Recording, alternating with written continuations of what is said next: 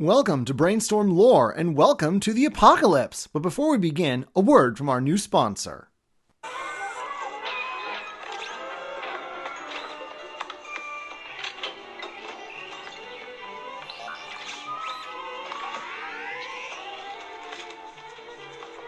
Our American way of life.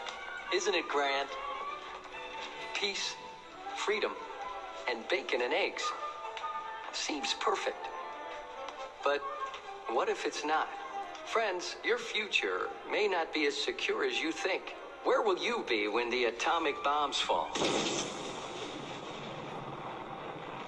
You can secure your family's future by reserving a spot in a state-of-the-art underground vault from Vault-Tec. That's right, Bob. Act now, and your family can wait out the horrors of nuclear devastation. And Doris, the vault will have all the amenities of your modern-day home, and it's attractive. And Sally, in the vault, you might meet that special someone, just as you would on the surface. And in a few short years, you and your fellow vault dwellers will repopulate our great country. And Billy, you'll have lots of swell kids to play with. Reserve your family spot in a state-of-the-art underground vault today. Sign up now and prepare for the future. So, it finally happened. In an alternate future history of the planet Earth, the nuclear apocalypse, a disaster long feared since the 1940s, had finally happened. How did it happen this time? Well, in Fallout, the whole problem began in the year 2052 when the countries of the Middle East finally started to run out of oil. Of course, this led to higher prices. Higher prices led to energy shortages. Energy shortages led to panic, and panic, inevitably, as it so often does, led to war. And so, in 2052, the European Commonwealth, basically the EU if it finally got its hands on that army it's been longing to have lo these many years, went to war with the Middle East. The United States still had some means of obtaining oil, both from its own reserves in Texas and by trading with Mexico. But soon enough, these too began to run dry. And soon enough, Alaska remained the one place in all the world that was still producing oil. Worse was to follow in the year 2053, when mass outbreaks of a disease simply known as the New Plague began to ravage the American population. Fearing that the end was nigh, the American government initiated the development of Project Safe House.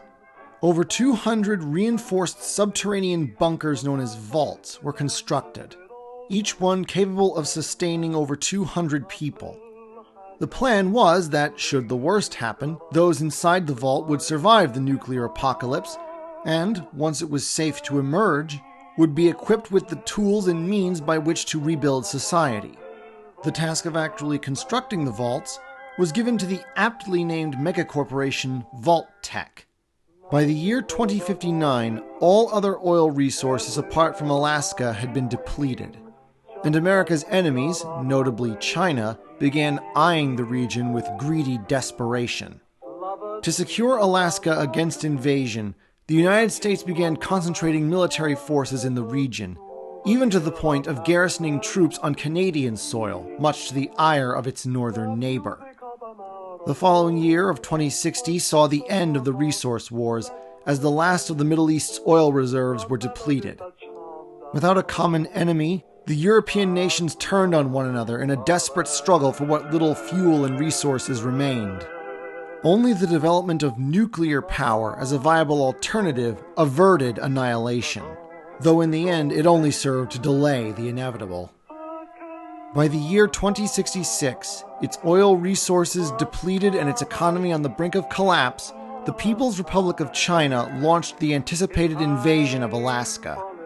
The Sino-American War would last over 10 years, as American forces repeatedly tried and failed to dislodge the Chinese from their foothold in Anchorage.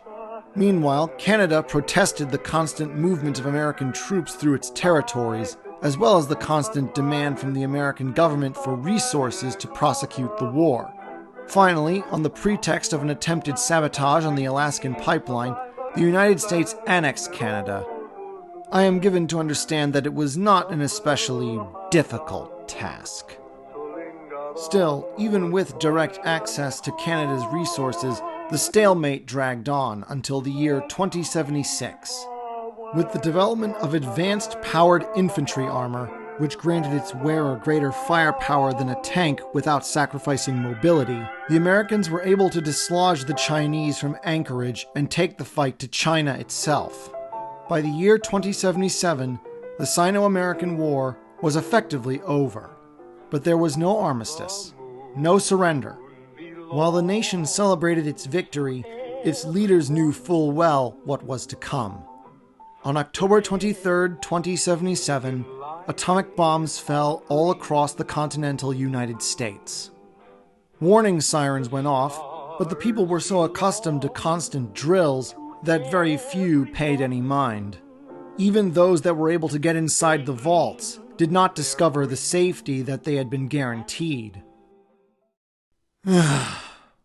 Because of course it was. Because of course it couldn't be that simple. Because of course Project Safe House was simply an attempt by the government to try and perform sick social experiments on the inhabitants of the vaults. Things like not having enough food or having the vault doors deliberately malfunction so as to see what the radiation did to the inhabitants. Or exposing vault dwellers to this weird green goop called the forced evolutionary virus. For all the sense it makes, it may as well be the ooze from the Ninja Turtles. At this point, the revelation that they were testing an Alex Jones-style gay bomb would be the least shocking thing.